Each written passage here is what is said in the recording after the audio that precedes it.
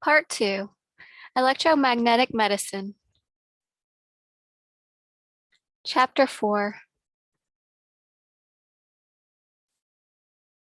Turning on the body's electrical system, minimal energy techniques, researches to see what everyone else has seen, and to think what nobody has thought. Albert Szent-Györgyi.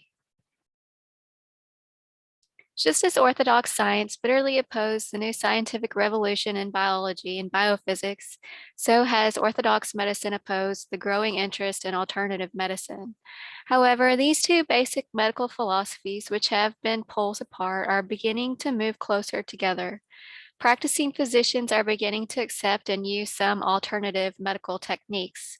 Major opposition at this time seems to be coming primarily from the medical academia, who are much more firmly wedded to the earlier dogma. One of the most interesting developments in this area has been the gradual coalescing of many disciplines of alternative medicine into a single entity known as energy medicine. This has come about, at least in part, because of the latest scientific discoveries discussed in the preceding chapter. The basic idea is that an energy system within the body can be directly influenced in a variety of ways to produce a healing effect. However, there is still more than a hint of vitalism in this popular concept, and body energies are vaguely defined and poorly understood by most proponents of this view. Unfortunately, many seem to prefer to retain the mystery rather than master the scientific basis that really exists for healing. In my opinion, this is as serious a problem as the rejection of the concepts of energy medicine by Orthodox physicians. If Orthodox medicine is to find a way out of the blind alley into which it has been led by technology, it will need the help of energy medicine. In order for this to happen, energy medicine must be placed on as firm a scientific basis as possible. In this way, we may be able to resolve the pressing problems that now plague our highly developed system of medical care. The scientific basis for electromagnetic medicine. In Chapter 3, I presented the scientific evidence for the existence of electromagnetic energy systems within the body that control growth and healing, regulate the level of activity of the brain, and produce vitality, important biological cycles by deriving timing information from the natural electromagnetic environment of the Earth. Most of the research was done on lower animals. However, I believe that the same systems are operating in all living things, including human beings. After all, we have the same basic functions of growth, healing, and biological cycles of other living things. There is no reason to believe that because we are so much higher on the scale of development, we should differ at this most basic level. As soon as I discovered the overall pattern of the DC electric field in the salamander, the next question that occurred to me was whether this pattern was the same for all animals, including humans. I started lower down on the scale of the evolutionary development, far below the salamander, and worked my way up.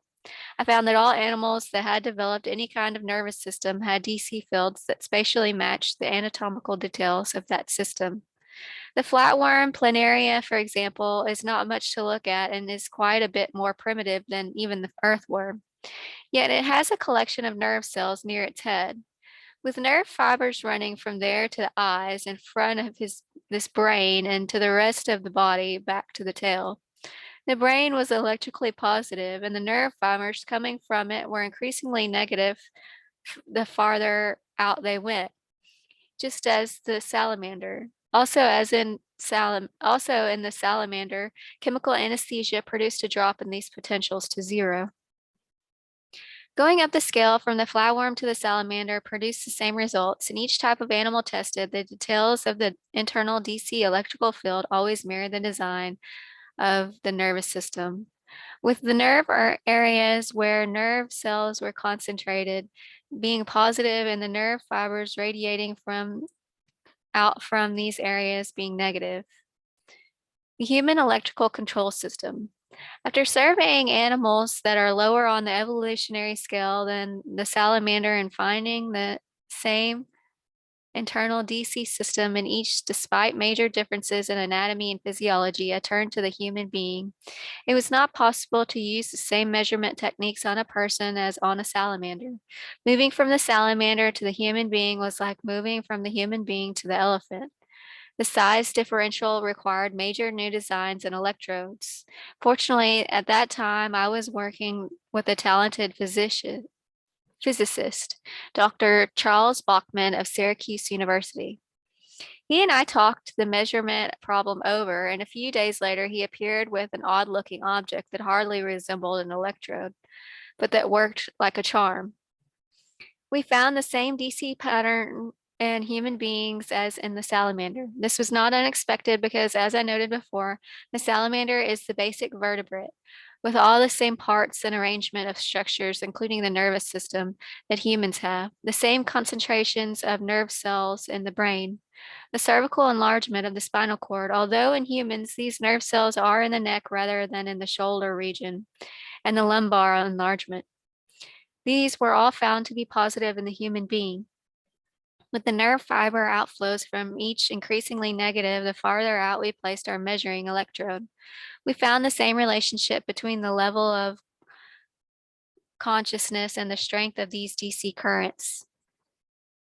Sleep produced a modest drop, and deep general anesthesia resulted in a drop in the potentials to zero in the same sequence starting with the brain. At the time that we were doing these experiments, a number of physicians, mainly in Eastern European countries, were experimenting with electrical currents to produce anesthesia and were claiming good results. Their techniques, however, were not like those we had used on the salamander, and I was not convinced that this procedure was entirely safe for human beings. But I felt that if our experiments on magnetic anesthesia and the salamander could be duplicated in people, this type of anesthesia might be safer than the standard chemical anesthesia. We did apply, although with tongue and cheek, for the funds to get an electromagnet that was large enough for the technique to be tried on humans. As expected, we were turned down. It also was impossible to use the Hall effect to determine whether the DC currents flowing in the human arm were semiconducting and to show that the magnetic fields influenced these currents. However, we were able to show a relationship between the Earth's geomagnetic field and the human behavior. I started with the premise that if my theory were correct, there should be some behavioral effect on living organisms when the normal geomagnetic field was disturbed by magnetic storms. The entire relationship between living things and the Earth's normal geomagnetic field is the subject of Chapter 7, in which magnetic storms are explained. I theorized that in human beings, this effect might be most evident in people suffering from true psychosis, such as schizophrenia or manic depressive psychosis. This was in the early 1960s before the discovery of tranquilizers and other psychotropic drugs. At that time, severely disturbed patients were simply hospitalized. I began to collect data on the daily hospital admission rates of such patients, and I related this incidence to the occurrence of magnetic storms. After a few months, my rather odd behavior came to the attention of one of my colleagues, Dr. Howard Friedman, chief of the psychology service at the VA hospital in Syracuse, New York. Rather than believing I needed treatment, he was fascinated. He turned out to be a valuable partner in my research from that time on, as he was well trained not only in psychology but also in statistics and experimental design. Together, we set up a retrospective epidemiological study. Such a study looks at what happened in the past and attempts to show relationships between the incident of disease process and some other variable. In this case, we looked back at several years of admissions of these types of patients to the state mental hospitals, and we compared these numbers with the incidence of magnetic storms. We found a significant relationship between the rate of admission for people with schizophrenia and manic depressive psychosis and the occurrence of major magnetic storms. As we could be expected, this produced a storm of another type. Widespread criticism that such a relationship was not possible. In response, Friedman devised another experiment. He set up a scale of criteria for ward behavior of hospitalized psychiatric patients, ranging from very disturbed to normal. with about 10 steps between the two. Each day, the nurses on the psychiatric wards filled out this form for each patient. Later, we related the numerical scores to the level of neutron flux measured at laboratory in Canada. We chose this parameter because it accurately reflected the state of the Earth's magnetic field. Again, a positive correlation was found. Somehow, patients with severe mental illness sensed the state of Earth's geomagnetic field and responded to disturbances in it with increased behavioral abnormalities. Could a similar situation be present in other human beings as well, but expressed in a more subtle manner? Unfortunately, we did not have the necessary funds to begin such a project. We concluded from these studies that human beings possess the same internal DC electrical control systems as other animals, and that through these systems, they were behaviorally related to the Earth's geomagnetic field.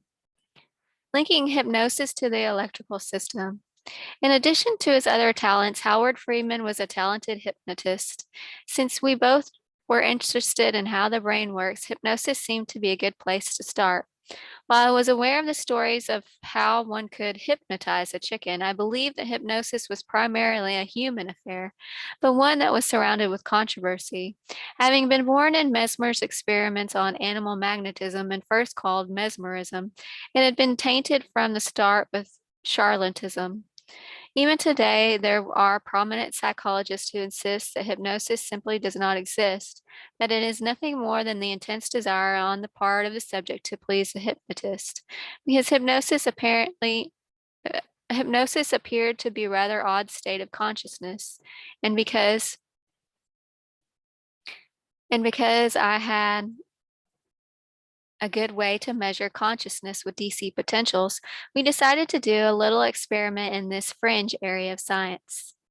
What we discovered was much more important than we had expected. We found that we could reliably determine whether a subject was truly hypnotized or simply trying to please Dr. Freeman. In true hypnosis, the DC potential from the front to the back of the head, which is actually a measure of the brain's midline DC current, undergoes a drop in strength, similar to the drop that occurs during the very deep sleep. If the subject was only trying to please us, he or she was mentally active, and the DC potential went up in strength. We therefore concluded that hypnosis is real, that it has a measurable electrical correlation, and that it represents some change in the subject's level of consciousness. What is interesting about the technique is that the hypnotist can still make contact with the subject's conscious brain and give it orders or suggestions that the subject will carry out either at the time or sometime in the future. This is known as post-hypnotic suggestion. Therefore, hypnosis is quite different from the other types of changes in the consciousness level. One of the most interesting aspects of hypnosis is its ability to produce anesthesia. It is possible to give a truly hypnotized patient the suggestion that a part of the body is numb, cold, and unfeeling, and to then perform minor surgery on that part without the patient's perceiving pain.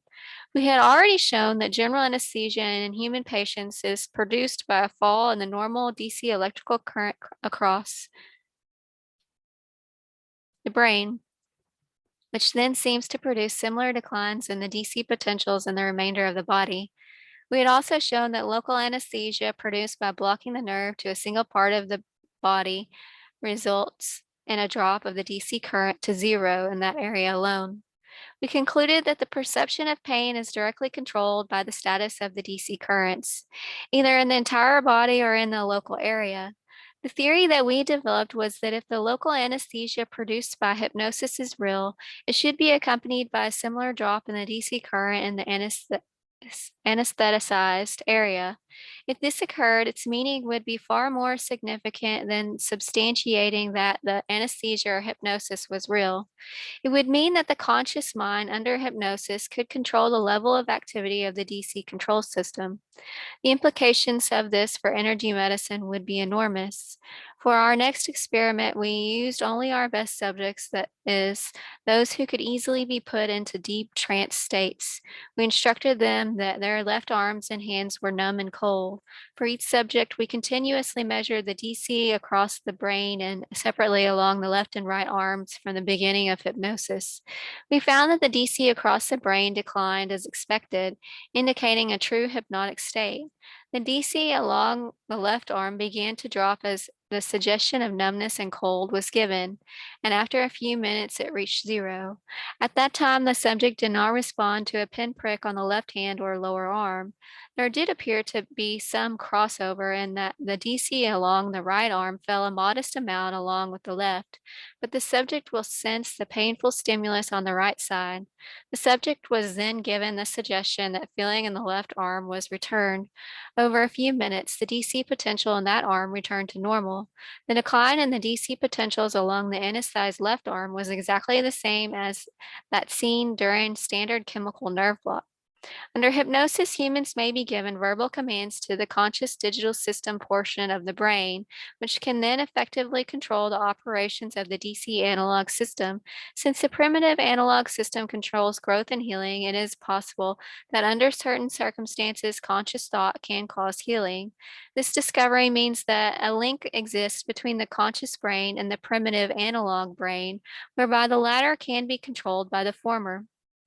It seems reasonable to postulate that this linkage can be exploited by some of the techniques of energy medicine, namely visualization, biofeedback, meditation, and possibly any technique that produces a profound belief in the success of treatment, such as placebo effect. A scientific basis thus exists for the concept of energy medicine. The internal DC current control system does exist in humans as in all other animals.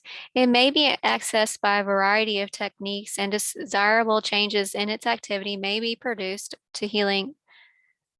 There is yet more scientific evidence for this theory. The evidence will be discussed in relation to specific techniques of energy medicine. The three types of energy medicine. The scientific basis for energy medicine is often poorly understood, and the body energies are still considered by many practical practitioners to be mysterious, unknowable entities. It is important that this reintroduction of energy back into medicine not mean a return to the worldview of the shaman healer of pre-literate times with the invocation of mystical forces, nor should it come to mean the uncertain, critical application of electricity and magnetism, the two physical forces thus far identified as operating in the body. If energy medicine is to assume its rightful place as an effective form of medical therapy, it must be based on established scientific principles and careful scientific experimentation. Proponents of many different alternative therapeutic techniques have eagerly adopted bodily electromagnetic forces as their own, typically with only a foggy notion of what has been scientifically established. In some cases, extravagant claims have been made, and advocates of each specific therapy have adopted the position that theirs is the true energy medicine. This is the most unfortunate situation because these techniques often produce significant effects and are capable of doing harm if used improperly. Unless we investigate each of the various therapies from a scientific point of view and apply them in a rational, safe fashion, the entire field of energy medicine is in danger of being consigned to the dustbin of medical history. However, such a massive investigation will not be easy. Our present scientific knowledge of the operations of these forces is incomplete, and in addition, we are faced with the bewildering array of therapies, ranging from acupuncture to Zoroastrianism. On the basis that valid techniques of energy medicine act through the internal energetic control systems of the body, we can classify the various techniques into three broad types, depending upon the energy levels used. This must be viewed only as preliminary attempt at classification, for, as we shall see Not every technique can be accurately categorized this way. First, there are techniques in which no external energy is administered to the body. Examples are hypnosis and visualization, and in which the treatment methods attempt only to activate pre-existing energetic control systems. I refer to these minimal energy techniques. The second category encompasses techniques in which external energies are administered to the body, but in amounts similar to those that the body itself uses in its energetic control systems. These include acupuncture and probably homeopathy. Since such techniques can be seen as reinforcing an inactive or inadequate energetic control system, I call them energy reinforcement techniques. In the third category are techniques in which energy is administered to the body in amounts greater than those that occur naturally. These are obviously related to the general practices of technological medicine in the sense that the normal system is replaced by this external derived system. I call these high energy transfer techniques. To illustrate the application of this classification theme, I'll apply it to three of the oldest medical techniques: the shaman healer, acupuncture, and the local application of a lodestone, a naturally occurring magnet mineral. This theoretical scheme is in its infancy, and we are left to make do with indirect or fragmentary evidence in our efforts to understand how energy medicine works. However, the common thread that runs through the evaluations of our techniques is that of the energy systems of the body. When considering each technique, we have to determine whether it acts by influencing these energy systems, because the energy systems thus far identified are based on electromagnetic energy. The technique under consideration has to have some ability to change the operation of these energies within the body. While we do not yet know all of there is to know about electricity and magnetism, it would be foolhardily to base our concepts on the supposed action of other forces about which we know nothing. To do so would mean reintroducing mysticism back into energy medicine, and this must be avoided if we wish to gain any recognition for our new view. If we can provide energy medicine with respectability at this crucial time, we can clear the way for future developments that will expand the horizon of this field beyond anything we can now conceive. Perhaps new physical forces or unexpected variations of those that are already accepted may be found through deeper explorations of energy mechanisms of living things. In the remainder of this chapter, I will discuss a few of the minimal energy techniques. The other two classifications will be explored in the next two chapters. I will discuss only those therapies with which I have had personal experience and to which I can justifiably ascribe either a theoretical or an experimentally proven mechanism of action. I have undoubtedly omitted a number of useful techniques. For this, I offer my apologies to the practitioners of these techniques. I also have deliberately not mentioned a few popular therapies for which I can find no scientific basis. Minimal energy techniques, the use of mind. The minimal energy techniques are directly based upon the internal energy systems we have been exploring, and it seems appropriate to continue discussing them in this context. The list of the minimal techniques is long, and it includes meditation, biofeedback, visualization, hypnosis, suggestion, placebo, religious experience, and religious healing. The one aspect common to all of this is that the conscious mind is being influenced in a desired direction, with the body then following the dictates of the mind.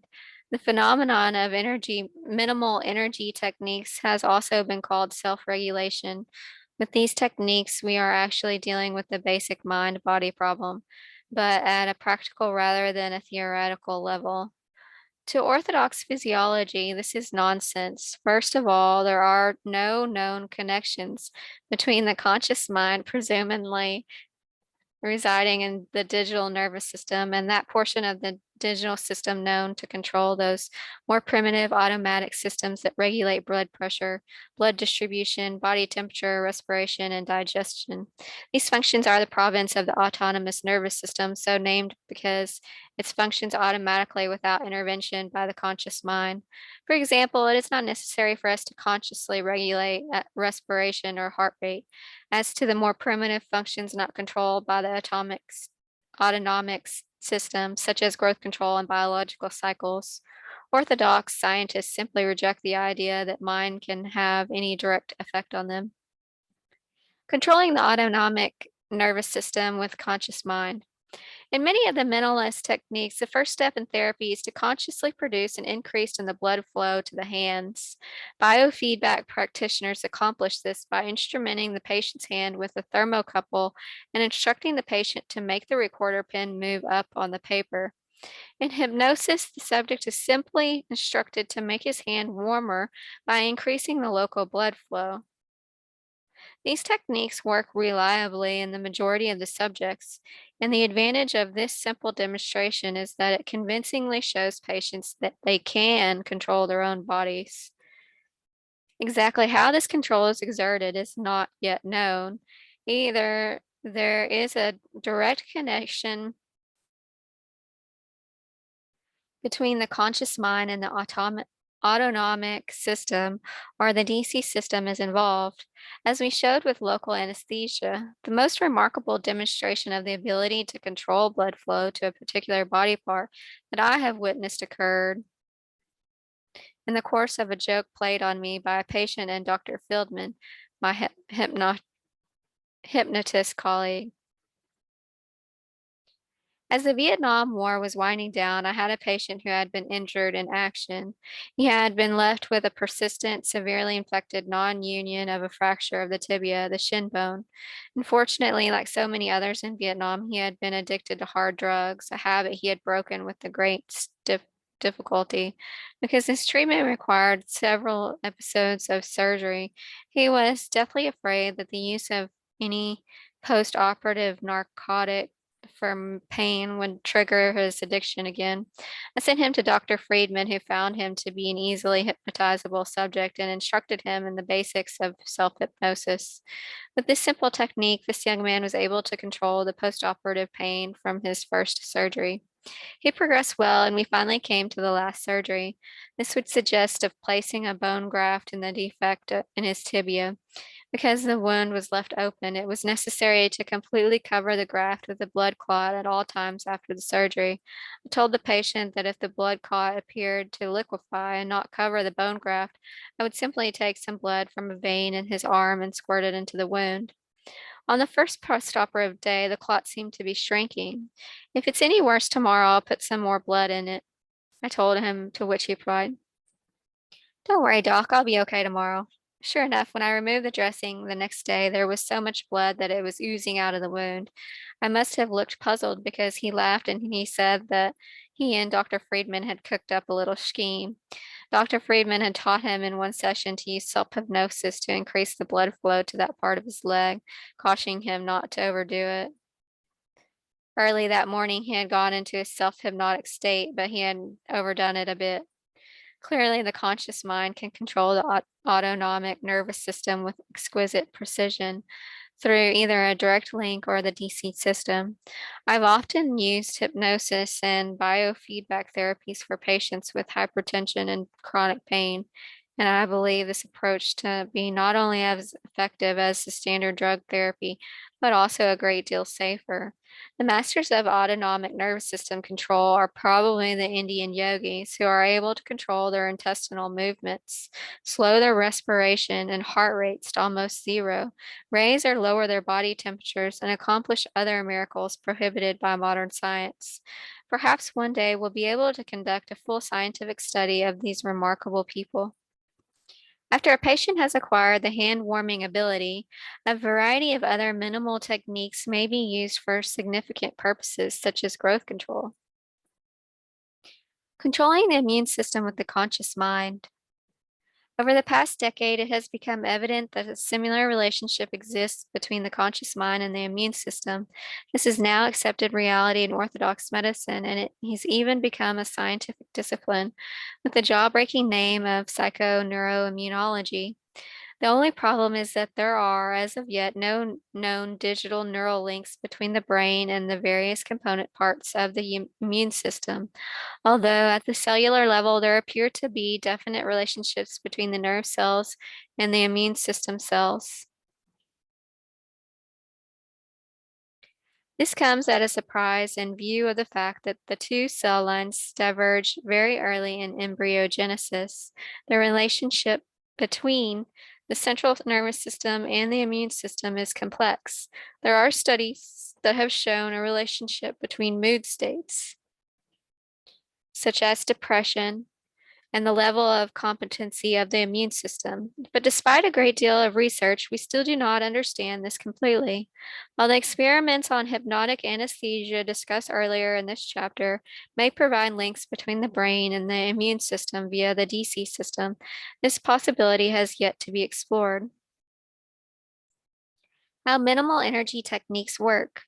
I believe that the link between the conscious mind and the DC system is basic to the minimal techniques of energy medicine.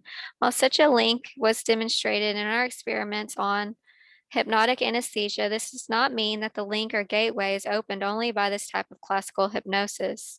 Self-hypnosis or auto-hypnosis can also be used. This technique is initially taught to the patient while he or she is under classic hypnotic trance.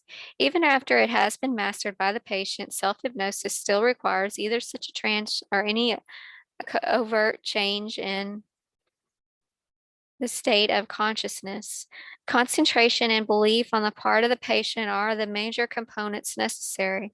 My basic premise is that whenever a patient develops a profound belief in the efficacy of any treatment, he or she is in a state resembling self-hypnosis and has access to the DC electrical control systems.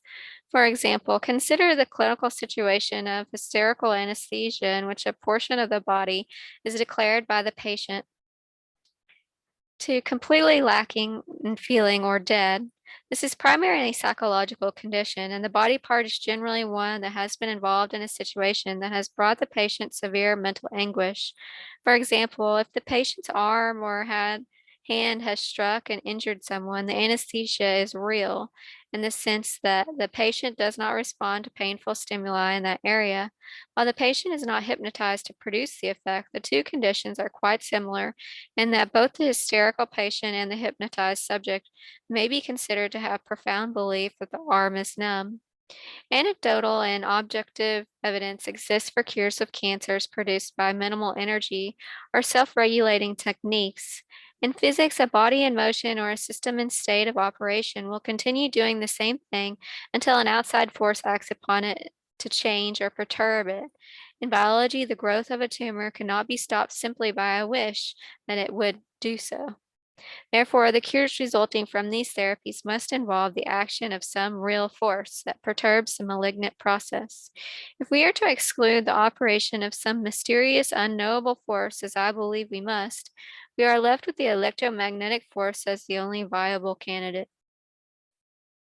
The evidence that I have presented so far indicates that the conscious mind in the state of profound belief can control the operation of the body's DC electrical growth control system and of the immune system to produce the results that have been observed. Given the present state of knowledge in this area, this theory at least provides a valid scientific framework within which to proceed with further investigation. Profound belief and the placebo effect. The best example of the operation of the profound belief is the placebo effect. A famous case in that of a man who was dying of inoperable cancer during the time of the Laetral controversy in the 1960s. Prior to the availability of chemotherapy drugs for cancer treatment. Laetral is a simple chemical that was claimed to have a major anti-cancer property, and Laetral is spelled Laetrile. It was promoted by physicians who had excellent credentials and had enjoyed wide usage for a while. Although with mixed clinical results, some patients reported complete cures, while others experienced no effects at all. The patient mentioned above had lost a great deal of weight and was in constant pain, and he asked his physician if he should try Laetral. The doctor saw no reason to stop him, and he told the patient that he knew of several people whose conditions had improved markedly with Laetral treatments.